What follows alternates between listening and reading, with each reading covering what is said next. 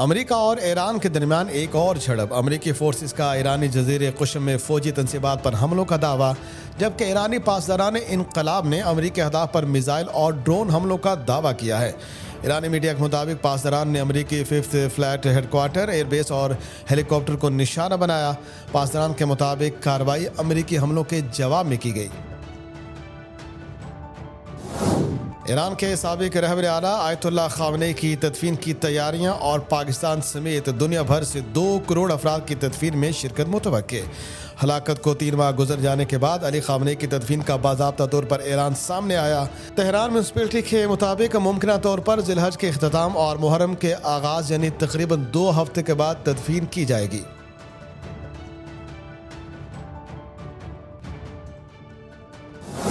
تاجر برادری کے لیے حکومت کی جانب سے ریلیف، مارکیٹوں اور دکانوں کے اوقات کار میں توسیع کر دی گئی۔ نئے اوقات کار کے مطابق دکانیں، مارکیٹس، شاپنگ مالز اور جنرل ریٹیل رات 9 بجے تک کھلے رہ سکیں گے، جبکہ ریسٹورانٹس رات 11 بجے تک کھلے رہیں گے، جبکہ ٹیک وے اور ڈیلیوری سروسز مستثنی ہوں گی۔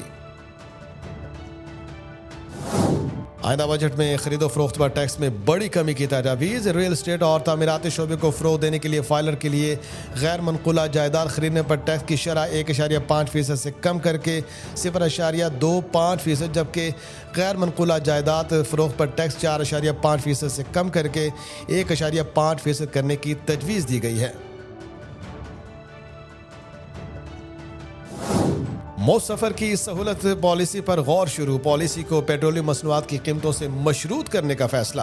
محکمہ ٹرانسپورٹ کی جانب سے وزیر اعلیٰ پنجاب کو دی گئی بریفنگ میں بتایا گیا کہ اگر پیٹرول کی قیمتیں 300 روپے تک فی لیٹر پہنچ جاتی ہیں تو مفت سفری سہولت فوری طور پر ختم کیے جانے کا امکان ہے۔ اس حوالے سے آئندہ ہفتے حتمی فیصلہ متوقع ہے۔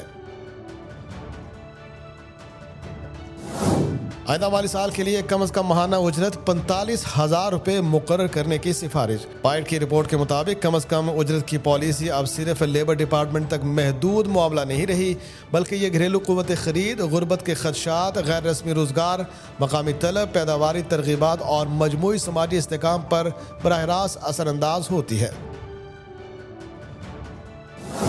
پاسپورٹ فیس کی ادائیگی کو ڈیجیٹل بنانے سے متعلق اہم پیش رفت۔ ڈی جی امیگریشن محمد علی رنداوا کی چیئرمین نادرا لیفٹیننٹ جنرل محمد منیر افسر سے اہم ملاقات میں QR کوڈ، جیز کیش، ایزی پیسہ اور ون لنک کے ذریعے فیس کی ادائیگیوں پر اتفاق کیا گیا ہے، جس سے شہریوں کو مزید سہولتیں فراہم ہوں گی۔ امریکہ ایران جنگ دوبارہ شروع ہونے کا خطرہ۔ عالمی مارکیٹ میں خام تیل کی قیمتوں میں اضافہ ہونے لگا۔ برطانوی خام تیل کی فی بیرل قیمت $97 ہو گئی۔ امریکی خام تیل بھی مہنگا ہو کر $95 فی بیرل کا ہو گیا۔